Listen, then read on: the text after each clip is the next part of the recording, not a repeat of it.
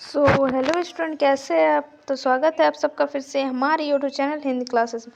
तो जैसा कि आप देख ही रहे हैं, ये आपका क्लास 8 के बच्चों के लिए वीडियो रहने वाला है। ठीक है, तो ये आप ही लोग का वीडियो रहने वाला है। तो वीडियो को शुरू से लेकर अंत तक देखिएगा। चैनल पर न्यू है, चैनल को सब्सक्राइब कर लीजिए, बेल नोटिफिकेशन को ऑन कर दीजिए, अपने फ्रेंड्स को ये वीडियो शेयर कर दीजिए। ये आपका जो रहने वाला साइंस का पेपर रहने वाला है। ठीक है, 20 मार्क्स का रहेगा आपका, जैसे कि हर एग्ज़ाम होता है आपका मंथली टेस्ट 20 मार्क्स का, और टाइम आपको 1 घंटा दिया जाएगा। तो वीडियो को शुरू से लेकर अंत तक देखिएगा। ठीक है, तो देखिए पहले कुछ सामान्य निर्देश दिया हुआ है।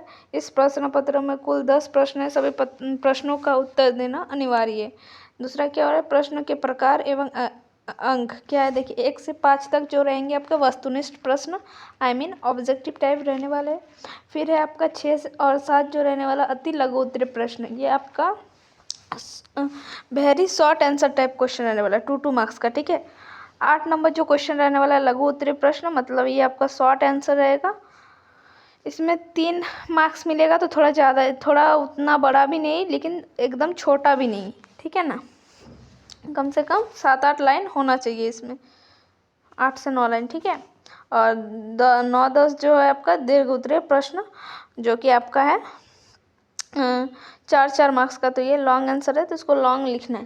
तो लेकिन साइंस है, तो साइंस में लाइन मायने नहीं रखता है। ठीक है, साइंस का एक चीज़ आप लोग जान लीजिए कि साइंस में आप लोगों का आंसर देखा जाता है, ना कि आप लोग कितना लाइन में आंसर को लिखे ये इसमें। ठीक है ना, साइंस और मैथ वगैरह में, इस सब में लाइन का कोई ये नहीं है।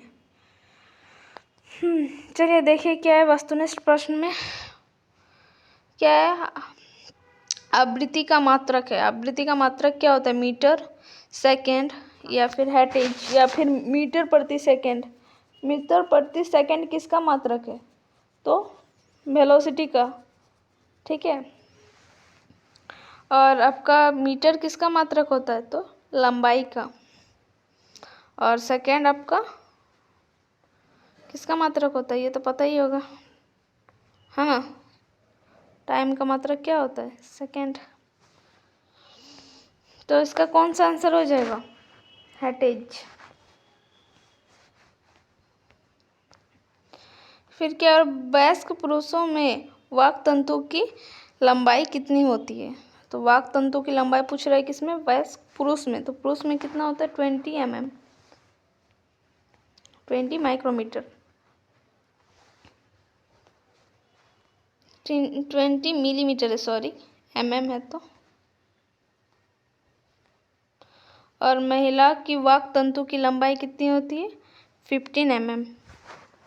ऑप्शन नंबर बी इसका करेक्ट हो जाएगा। ठीक है, और ये सारे जो है 17 mm, 20 mm और 12 mm गलत है। आवेश कितने प्रकार के होते हैं, तो आवेश 2 प्रकार के होते हैं।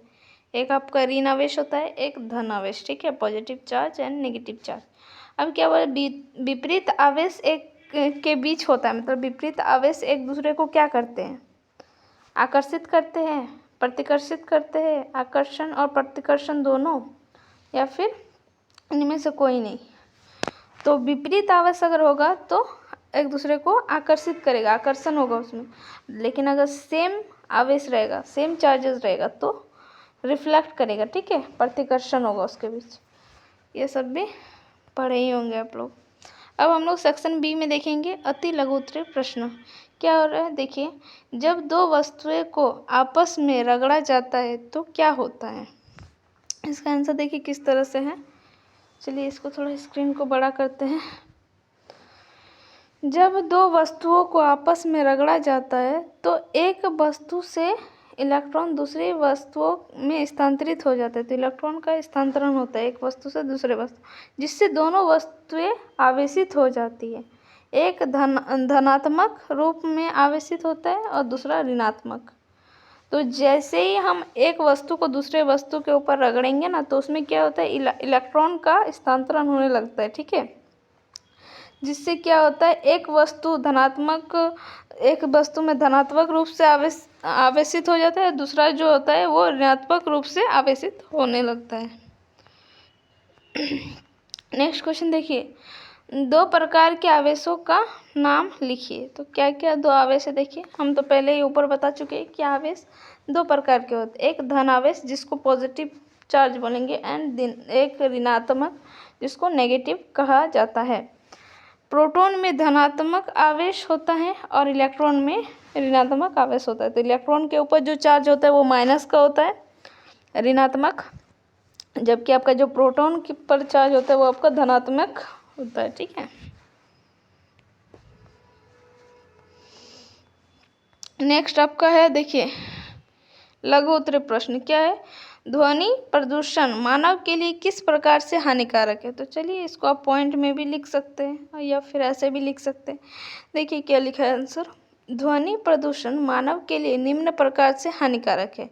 पहला क्या, देखिए इससे स्वास्थ्य संबंधी अनेक समस्याएं उत्पन्न हो सकती हैं, जैसे कि नींद न आना, तनाव, उच्च रक्तचाप मतलब बीपी हाई हो जाना इत्यादि। दूसरा क्या हो जाएगा, ध्वनि प्रदूषण से व्यक्तियों की सुनने की क्षमता अस्थायी या स्थायी रूप से कम हो जाती है। जब ध्वनि प्रदूषण होगा ना तो उसमें वहाँ के जो लोग रहेंगे, व्यक्ति रहेंगे, उनकी जो सुनने की शक्ति होगी, क्षमता, ठीक है, वो क्या हो जाएगी, कम हो जाएगी। नेक्स्ट, और ये दो ही पॉइंट यहाँ पर है, आप चाहे तो और एक दो पॉइंट अपने से ऐड कर सकते हैं। और ध्वनि प्रदूषण से आप सोचिए क्या हो सकता है, ध्वनि प्रदूषण होगा तो कहीं ना कहीं आपका स्वास्थ्य पे भी इसका इफेक्ट पड़ेगा, और आपके जो पारिवारिक स्थिति होगी वो भी अच्छी नहीं होगी, आपका मेंटल हेल्थ खराब होगा, फिजिकल मेंटल सब तरह से आप डिप्रेस होने लगेंगे। ठीक है, तो इस तरह से आप लिख सकते हैं। नेक्स्ट आपका देखिए सेक्शन डी में है, आपका दो क्वेश्चन दिया है, ये आपका दीर्घ उत्तरीय प्रश्न है, तो लॉन्ग आंसर लिखना है इसका। देखिए क्या है, मानव वाक यंत्र का चित्र बनाइए तथा उनके कार्यों की व्याख्या कीजिए। तो चलिए देखते हैं किस तरह से इसका मानव क्या है, वाक्य यंत्र की कार्य करने की विधि क्या है। मानव में ध्वनि वाक्य यंत्र जिसको कंठ बोलते हैं द्वारा उत्पन्न होता है। यह श्वसन नली के ऊपर सिरे पर होता है। तो ये जो जिसको हम लोग वाक यंत्र कहते हैं या कंठ बोल रहे हैं वो कहाँ पर स्थित होता है, ये हमारे जो श्वसन नली होता है उसके सिरे के ऊपर होता है, ऊपरी सिरे पर होता है। ठीक है, और इसे ध्वनि बॉक्स या फिर वाक यंत्र कहते हैं। इसी को हम लोग क्या कहते हैं, वॉइस बॉक्स कहते हैं इंग्लिश में।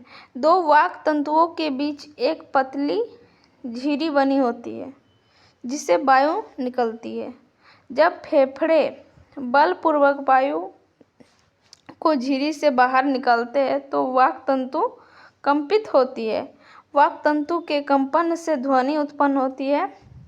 और क्या बोल रही है, वाक तंतु तने एवं ढीली स्थिति में अलग अलग ध्वनि उत्पन्न करती है। इस तरह से हमारा एक मनुष्य में ध्वनि का उत्पन्न होता है। क्या देखिए, श्रय, अवश्रय तथा पराश्रय ध्वनि में क्या अंतर है, स्पष्ट कीजिए। ध्वनि तरंग को उनकी आवृत्ति के आधार पर मुख्य रूप से 3 श्रेणियों में बांटा गया है। क्या है आपका, एक है स्वय ध्वनि, अवश्रय ध्वनि या फिर पराश्रय ध्वनि। तो देखिए पहले देखते हैं तीनों को। पहला है आपका अवश्रय ध्वनि को पहले बताया है, डिफाइन क्या है देखिए। अवश्रय ध्वनि इसको क्या बोलते हैं इंग्लिश में, इंफ्रासाउंड। इसकी जो आवृत्ति होती है वो 20 हर्ट्ज होती है, हर्ट्ज से कम होती है। ठीक है, 20 हर्ट्ज से भी कम होती है। मानव स्वरण क्या है, मनुष्य इतनी ध्वनि को नहीं सुन सकता है। ये भूकंप में उत्पन्न तरंग है। ये जो ध्वनि है किसका उदाहरण है, भूकंप से उत्पन्न तरंगे का। नेक्स्ट क्या है आपका, श्रव्य ध्वनि। ठीक है, जो आपका ऑडियोबल जो ये होता है साउंड, जो हम लोग यूज़ करते बोलने के लिए, तो 20 हर्ट्ज से 20,000 हर्ट्ज तक हो सकता है के बीच होती है। मानव श्रवण, मनुष्य इस ध्वनि को आसानी से सुन सकता है। उदाहरण मानवीय वाणी, जो हम लोग बात करते हैं नॉर्मल, उसी को हम लोग बोलते हैं श्रव्य ध्वनि। ठीक है, एक है परास्वध्वनि। परास्वध्वनि क्या है देखिए, अल्ट्रासाउंड। ये 20,000 से भी अधिक होती है। अब मानव जो आपका रहता है, मानव श्रवण जो होता है, मनुष्य इस ध्वनि को नहीं सुन सकता। मतलब ये इसका जो होता है, ये बहुत ज़्यादा साउंड होता है इसका, ठीक है। इसे आप सुन ही नहीं सकते, आपका कान का पर्दा फट जाएगा। इतना 20,000 से भी अधिक, तो समझ सकते हैं। तो बस ये आपका था 10th नंबर क्वेश्चन, ठीक है। पराश्रय ध्वनि, एक है आपका श्रय ध्वनि और एक है आपका अवश्रय ध्वनि। एक होता है जिसको बोलते हैं इंफ्रासाउंड, ऑडियोबल साउंड, और एक है अल्ट्रासाउंड। तो बस आज के लिए इतना ही, फिर मिलते हैं नेक्स्ट वीडियो में। तब तक के लिए बाय बाय, टेक केयर। हाँ, और एक बात, पढ़ते रहिए अच्छा से, क्योंकि आप लोगों का फाइनल बोर्ड एग्जाम अब ज़्यादा दिन नहीं बचा है, ठीक है। तो फिर मिलते हैं नेक्स्ट वीडियो में, तब तक के लिए बाय बाय, टेक केयर। जय हिंद, वंदे मातरम।